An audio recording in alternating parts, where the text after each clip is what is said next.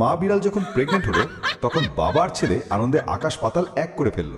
খুশিতে তারা তিনজন একসাথে রকেট বাজি ফুটাতে লাগলো। কিন্তু হঠাৎ কি সর্বনাশ! বাচ্চা বিড়াল একটা বাজি ধরে উড়ে গেল সোজা আকাশে। মা তখন ভয়ে কাঁদতে কাঁদতে বাবাকে বকা দিতে লাগলো। রকেট বাজি বাচ্চা বিড়ালকে গিয়ে বরফের রাজ্যে ছুঁড়ে ফেললো। সেখানে থাকা ক্ষুধার্ত শিয়াল তার উপর ঝাঁপিয়ে পড়ল।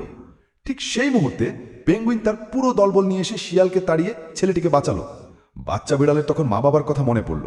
সে চোখের জল ফেলতে ফেলতে পেঙ্গুইনদের সাথে মাছ ধরল। ওদিকে বাবা বিড়াল বসলো এক গাদা রকেটবাজির ওপর, ছেলের খোঁজে আকাশ পাড়ি দিল। কিন্তু হায়, তাকেও শিয়াল আক্রমণ করলো। তখন বাচ্চা বিড়াল চিৎকার করে পেঙ্গুইনদের জানালো, ওটা আমার বাবা। সাথে সাথেই তারা গিয়ে বাবাকে উদ্ধার করলো।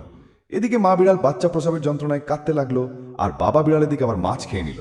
সব শেষে পেঙ্গুইনরা বিদায় জানালো। নদীপথে সবাই বাড়ি ফিরল। বাড়ি এসে তারা দেখে মা বিড়াল মেঝেতে লুটিয়ে আছে। বাবা বিড়াল তাড়াতাড়ি কোলে তুলে হসপিটালে নিয়ে গেল। সেখানে মা বিড়াল একটি সন্তান জন্ম দিল।